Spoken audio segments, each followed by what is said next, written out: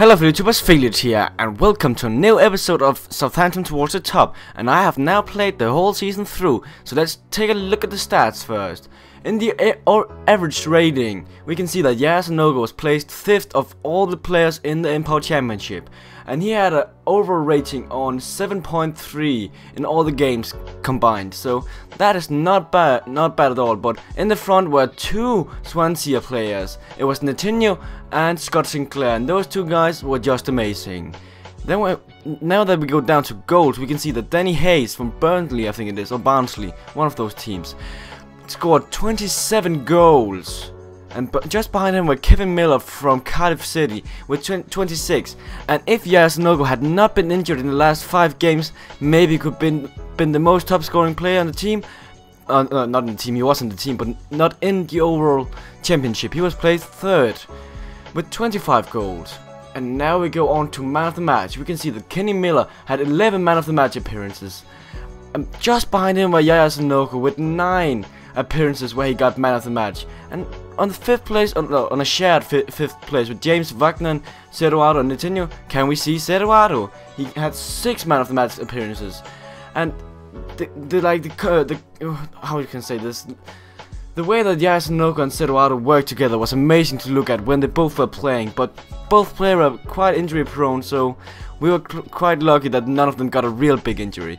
When we now go down to pass completion, we can see that Dean Hammond is the first overall pass completer in the Empire Championship.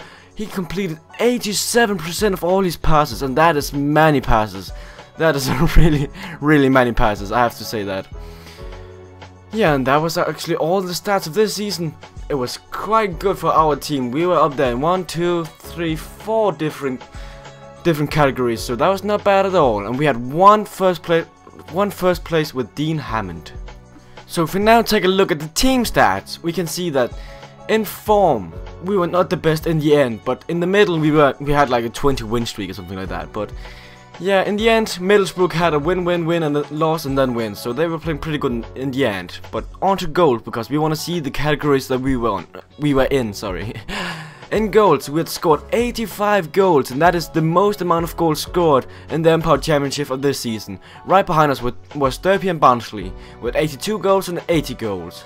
Now if we go into conceded goals, we can see that Burnley, Swansea and Crystal Palace were 1st, 2nd and 3rd with 40, 46 and 47 goals.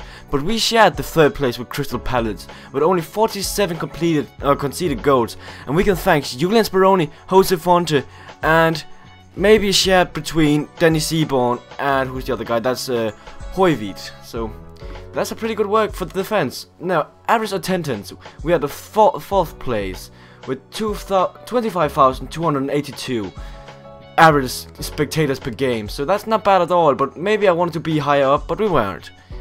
So that was all the categories that we were in. So that was also pretty good for team stats, but we have to admit that we were better in the player. We were better as individuals than as a whole team, and I want to change that for the next season. I was so happy with just Højvidt's performance for Southampton that I decided to buy him. Even though he's only a 3.5 star rated player, I thought that the experience that he had on the team, like the friendship he had with Jose Fonte, Stephen Kelly and Danny Fox was so great that I decided to buy him. He's gonna play for us in the next season, so that's gonna be pretty nice to see how he can play with our team, because I think he's gonna be a great player to have like on an overall basis, not just as a loan. Now we have him on the team. Now we have to pay all his wages each week. As I mentioned before, we had a pretty good streak in the middle of the season. I think it was 1, 2, 3, 4, 5, 6, 7, 8, 9, 10, 11, 12, 13, 14, 15, 16, 17, 18, 19, 20, 21, 22, whole 22 games without losing one single match. We had like 7 draws or something like that, and the rest of them won. So that's 15 wins and 7 draws or something like that. And you can see all the games that we won pretty conventionally. So it was pretty nice to see where we could win so many games and draw so many games without losing. And then we met Ipswich in the FA Cup 5th round and lost with the same amount of goals that we lost to Manchester United. But the overall, like from November to February, I think that we played the best football I've ever seen. The way that Nogo, Ceruado and Julian Speroni made the team go to the top was amazing to watch. So the 3 teams that relegated was Preston, And surprisingly was Portsmouth also. They are a pretty good team. Peterborough. Then right above was only Doncaster and Stoke who survived with 4 and 6 points. So that's nothing. That was really surprising by Stoke and Portsmouth. But then we go higher up and look at Crystal Palace, Sheffield United and Brighton in the middle, who was also pretty surprisingly that they couldn't play any better. There was a big expectations from those 3 teams, but they didn't do any better.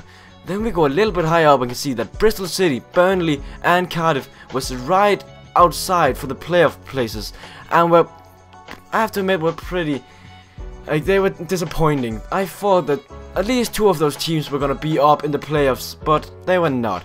Then we go a little bit higher and look at Leicester, Barnsley and Derby, who were 6th, 5th and 4th, and we can see that the P outside the Leicester's name means that they won in the playoff. They won the playoff place, like they won the 2 games in the playoffs, so they are on up into the Barclays Premier League. Sorry for pronouncing that wrong. But if we see that Barnsley and Derby were actually pretty close, they were also in the playoffs, so they could have gotten a promotion, but they didn't. So now we can see that Swansea and Middlesbrough came 2nd and 3rd, and Swansea was a pretty convincing 2nd place, so there's nothing to mess about there. And then there's only one team left that we haven't seen yet, and that's Southampton. Southampton won the fucking goddamn whole season. We finished with 92 points. I lived up to the expectation that I set for the team. We won with 27 wins, 11 draws and 8 losses. That's nothing. I was pretty proud by the team, and we're gonna see who was the best players on the team now. So the 6 best players on the team was Yaya Sanogo, Eduardo, Julian Speroni, Joseph Fonte, Morgan Schneiderlein and Stephen Kelly. These 6 guys brought our team to victory, but I have to admit that all the other guys were pretty good support anyway, so they should not be ashamed of their performance themselves. But Yaya Sanogo scored 32 goals in 41 appearances. That is a lot of goals, and he had an average rating on 7.34 in all the games combined. Then we can see that Eduardo was a pretty good guy. Like, I switched between having him as a midfielder and as a striker, because there was a lot of injuries on the team in the whole season through, so he was not disappointing at all. And I said in the last season that we were going to get rid of Julian Speroni. Oh my god, I'm happy that I didn't do that. He was playing so great in the last 30 games or so. Like, he ended up having a positive average rating. So Julian Speroni was one of the reasons that we played so good.